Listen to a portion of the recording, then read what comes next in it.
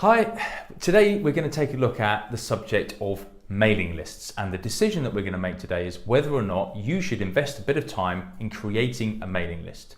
Now, before we do that, we're going to answer the straightforward question: what is a mailing list? Well, a mailing list is a collection of email addresses from people who have expressed an interest in something that you've offered. So they've subscribed effectively to receive emails from you. And all of that is very good, but what you need to use, of course, is a system that then allows you to send emails to those people to broadcast in a kind of newsletter style. And the most common system and popular system that's out there is called MailChimp. It's free, and what it does is it allows you to collect email addresses and then send people emails periodically. So the question is, do you need one for your coaching business? Well, I'll cut straight to the short answer, which is probably yes, because ultimately, even if you are dealing directly with people who already know you and therefore you're not really looking to promote things, things could change in the future.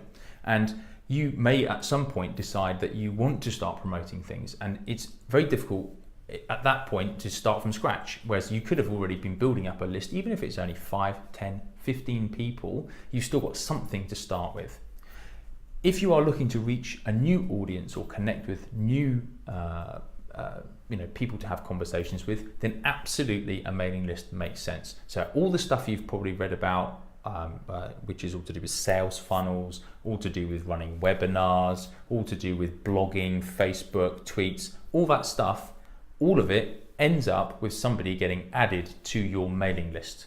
And that is all of the purpose of all those activities, all drives back to adding someone to your mailing list. And the reason why it's great is because once you've got them on your mailing list, you can then start sending them, sharing them information, growing trust, growing a relationship. It's especially good if somebody is looking at your area that you may have decided to specialize in, and at this exact moment in time, they may not be ready to commit to taking on a coaching relationship.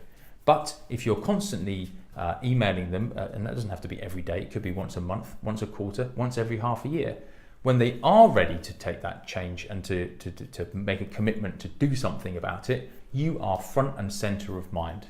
And that gives you a huge advantage over everybody else. So that's essentially the kind of premise for having a mailing list. And I suspect that if there's any reason to not have one, it's because you don't have time to create one. And right now, it's not a priority for your business. So there you go. The answer is yes, you probably do need a mailing list. I've answered that for you. Isn't that pretty straightforward?